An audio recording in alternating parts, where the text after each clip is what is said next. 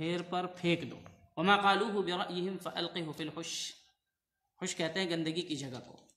تو اگر کوئی بات قرآن و حدیث سے آتی ہے اہلاً و سہلاً مرحبا، لیکن ہر قرآن اور حدیث کی بات آپ کے لیے قابل قبول نہیں ہو سکتی ہے جب تک کہ وہ فہم سلف کے مطابق نہیں ہو.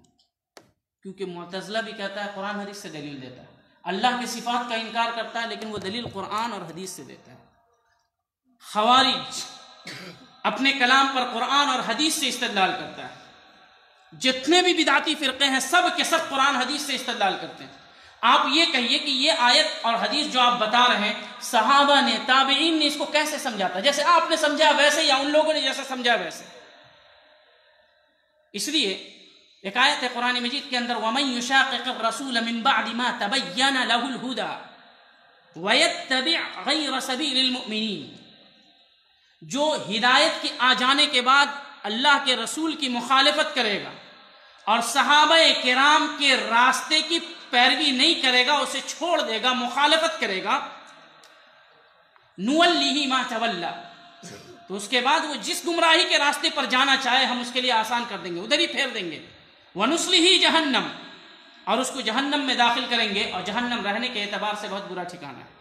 شیخ البانی رحمہ اللہ کہتے ہیں کہ اس آیت کے اندر وَمَن يَتَّبِعْ غَيْرَ سَبِيلِ الْمُؤْمِنِينَ جو ہے، اگر اس کا ذکر نہیں بھی ہوتا پھر بھی آیت کامل تھی. آیت کے معنی میں بالکل کوئی بھی کمی اور خلل نہیں ہوتی. کیسے؟ وَمَن يُشَاقِقِ الرَّسُولَ مِن بَعْدِ مَا تَبَيَّنَ لَهُ الْهُدَى، کہ جو رسول کی مخالفت کرے گا ہدایت کے واضح ہو جانے کے بعد تو اس کے لیے کیا ہے؟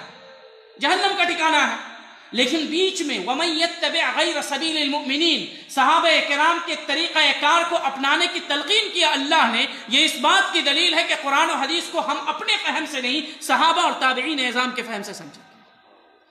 یہ فہم سلف لازم و ملزوم ہے، اس کے بنا آپ کہیں نہیں جا سکتے.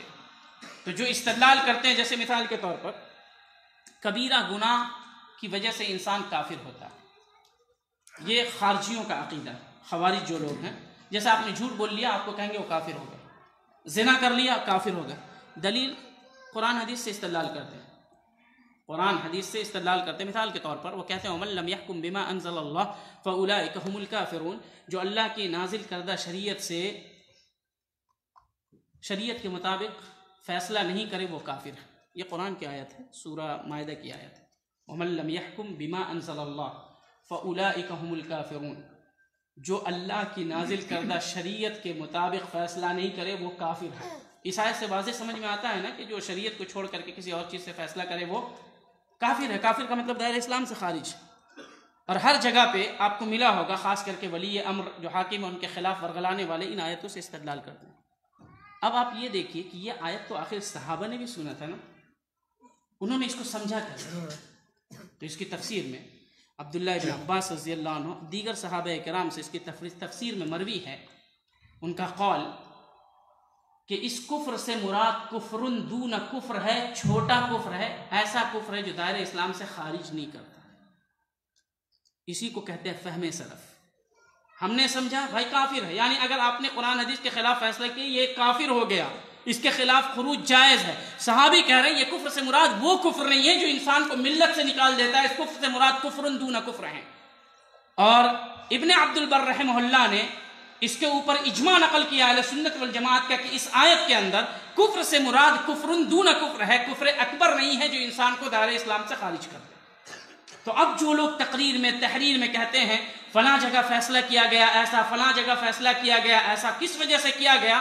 تو مملکتیں جو ہوتی ہیں اس کے اندر جو بادشاہ ہوتا ہے رموز مملکت خیش خسرو دانند، جو بادشاہت کے راز ہوتا ہے وہ بادشاہ ہی جانتا ہے کہ وہ کس حساب سے اس کے فیصلے کر رہا ہے.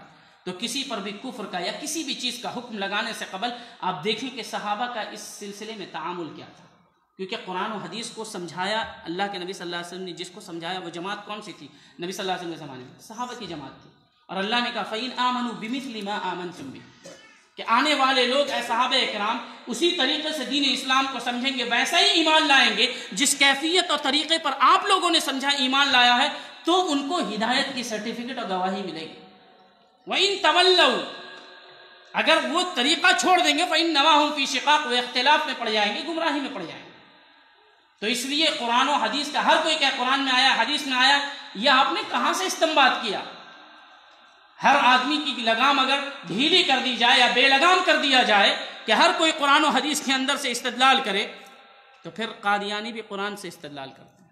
قادیانی بھی، اگر آپ لوگوں کو نہیں پڑھا ہو پالا یا جن لوگوں کا سامنا ہوا ان سے، آپ دیکھیں قرآن حدیث سے، بلکہ بعض علماء کے اقوال سے، بعض اقوال سے جو ذو معنیین ہے، دو معنی کا احتمال ہے ان اقوال کے اندر، قادیانی اس سے استدلال کر کے اور یہ کہتے ہیں کہ نبی صلی اللہ علیہ وسلم آخری نبی نہیں تھے۔ اب کیا کر لیں گے؟ تو اس لیے جب علماء کو آپ علماء کے پاس رہیں گے، ان کے معانی کو سمجھیں گے اور یہ سمجھیں گے کہ علم قرآن حدیث سے کیسے حاصل کیا جاتا ہے، تو جا کر کے آپ کو پتہ چلے گا کون فرقہ گمراہی پھیلا رہا ہے اور کون فرقہ آپ کے سامنے اچھی باتوں کو اور اللہ اس کے رسول کی فہم سلف کے مطابق باتوں کو رکھ رہا ہے۔ تو یہ بہت ضروری چیز ہے۔